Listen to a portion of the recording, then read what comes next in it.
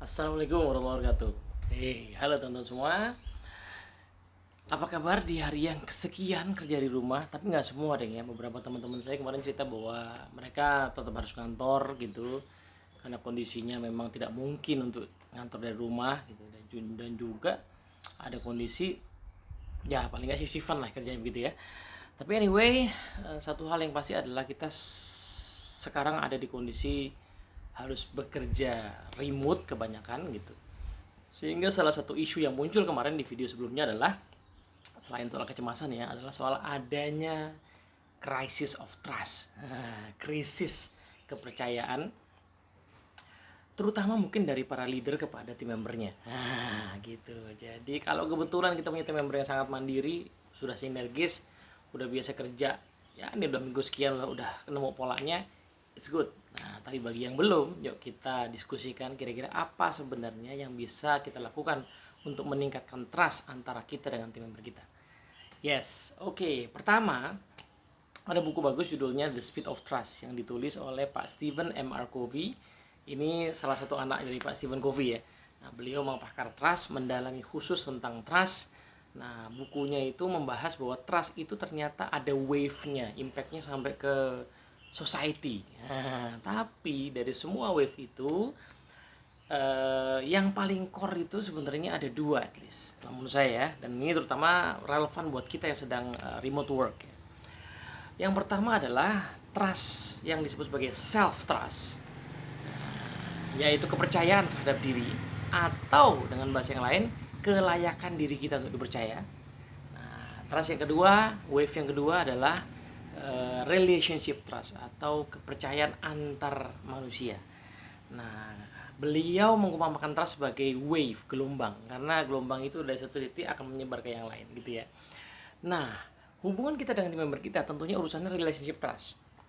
Tapi sebelum sampai ke relationship trust, kita mesti bicara dulu self trust. Ada dua poin di sini tadi sempat saya singgung. Pertama adalah, apakah kita yakin sama diri kita sendiri dulu? Nah, tapi di sisi yang sebaliknya, apakah kita merupakan seseorang yang layak untuk dipercaya? Nah, gitu. Jadi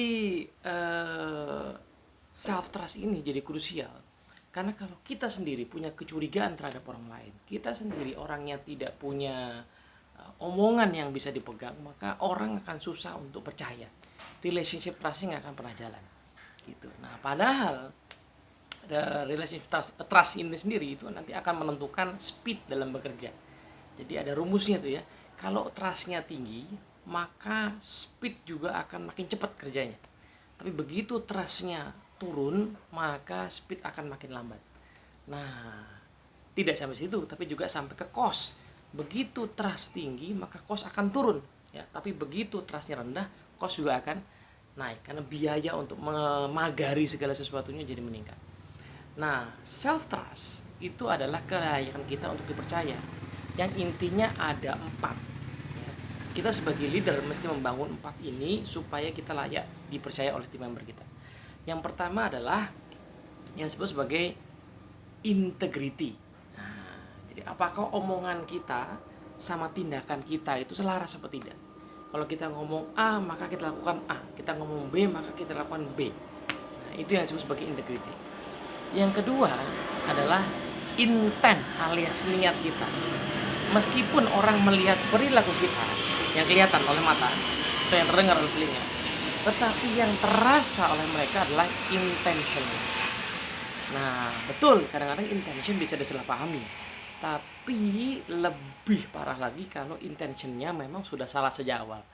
Nah, maka sebagai orang yang ingin membangun kepercayaan, pastikan intention kita adalah intention untuk mempercayai tim member kita. Percaya bahwa mereka pun sebenarnya punya potensi, punya kemampuan untuk mandiri. Ya betul, tidak semua orang langsung demikian, tapi intentionnya mesti lurus dulu. Nah, yang ketiga, capability. Nah, orang bisa mempercayai kita karena capability kita, karena kompetensi kita. Nah, apakah kita sekarang sudah punya kompetensi untuk membuat tim kita merasa dipercaya? Itu yang mesti jadi pertanyaan. Kadang-kadang kepercayaan bukan muncul karena kitanya atau orangnya punya prasangka buruk saja, tapi bisa jadi kitanya memang tidak punya capability. Ya, contoh sehari-hari sederhana adalah, apakah teman-teman semua mau kalau saya cabut giginya ketika gigi teman-teman butuh cabut? Kemungkinan enggak. Kenapa? Karena saya bukan dokter gigi, saya nggak punya capability. Even saya orang yang jujur, punya niat baik, tapi belum tentu teman-teman percaya, atau nggak mungkin percaya, karena saya tidak punya capability. Jadi cek juga nih capability kita. Jangan-jangan kita nggak dipercaya sama tim member kita, sehingga kerjanya itu tidak smooth, karena mungkin ada capability kita yang perlu ditingkatkan. Yang keempat adalah results, ya. Orang bisa percaya kita karena track record kita. Nah, ini emang agak menantang kalau kita first time leaders, leader yang baru pertama kali memimpin, sehingga record kita sebagai pemimpin belum terlalu kuat, tapi harusnya record sebagai tim individual sudah cukup bagus. Nah, saya sih melihat kadang-kadang dalam situasi kayak gini, isu capability sama result mungkin nggak terlalu signifikan, tapi isu integrity dan intent itu yang lebih signifikan. Nah, kadang-kadang ngirim message kalau niatnya nggak pas, salah ketik, maksudnya ditangkap berbeda. Nah, gitu ya. Oke, itu namanya self trust. Yang kedua, relationship trust.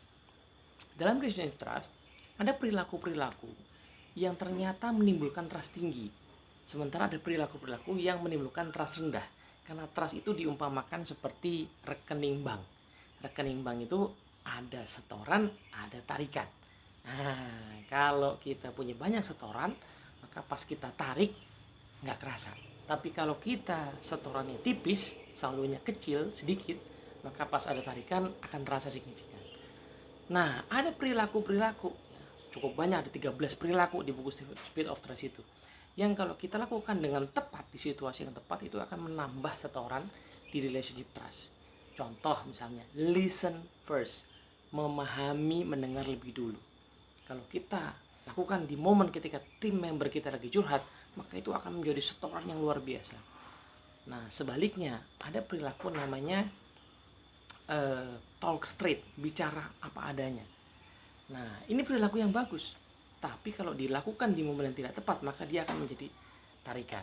Nah, 13 perilaku itu saya nggak akan bahas semuanya di sini, tetapi sebagian diantaranya adalah talk straight, kasih feedback, listen first, memahami lebih dulu, bicara apa adanya, bicara secara terbuka, kemudian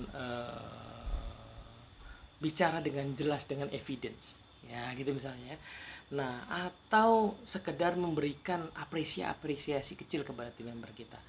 Nah, jadi teman-teman semua, kadang-kadang hubungan yang trustnya rendah sehingga nggak smooth kerjasamanya, itu bukan terjadi karena hal-hal besar, kasus-kasus besar, tapi terjadi karena kurangnya setoran-setoran pada perilaku yang menimbulkan kepercayaan tinggi. Nah, dalam kondisi jauh seperti sekarang, sebenarnya ada banyak hal yang bisa kita lakukan untuk meningkatkan trust kepada tim member kita. Misalnya apresiasi, ya kan. Misalnya video callnya tidak hanya urusan pekerjaan, tapi ada fun-funnya juga, ya kan. Misalnya ngirim teks tuh nggak cuma soal pekerjaan, tapi juga soal hal-hal yang lucu-lucu juga, ya kan. Kemudian di di dalam forum-forum kita bisa video call, kita berikan penghargaan meskipun kecil-kecil buat tim member kita, gitu ya. Kita tetap adakan one on one untuk diskusi personal, kesulitan-kesulitan yang ada teman kita, tidak hanya urusan profesional tapi juga urusan personal. Nah, hal-hal seperti itu kalau dilakukan akan membuat trust tabungannya itu jadi menjadi tinggi, sehingga kerjasama kita akan makin smooth. Betul bahwa kadang-kadang tim member kita perlu dinaikkan capability-nya, tapi itu lain cerita, lain bahasa nanti ya. Nah, sekarang adalah bagaimana kita sebagai leader mau ya untuk menambah tabungan kepercayaan kita kepada tim member kita. Nah, dari sisi self trust saya kasih penekanan tadi soal intention, dari sisi relationship trust saya kasih penekanan soal pahami tim member kita, berikan setoran-setoran kecil kepada mereka yang akan meningkatkan trust kita dengan dia. Semoga manfaat. Assalamualaikum warahmatullahi wabarakatuh.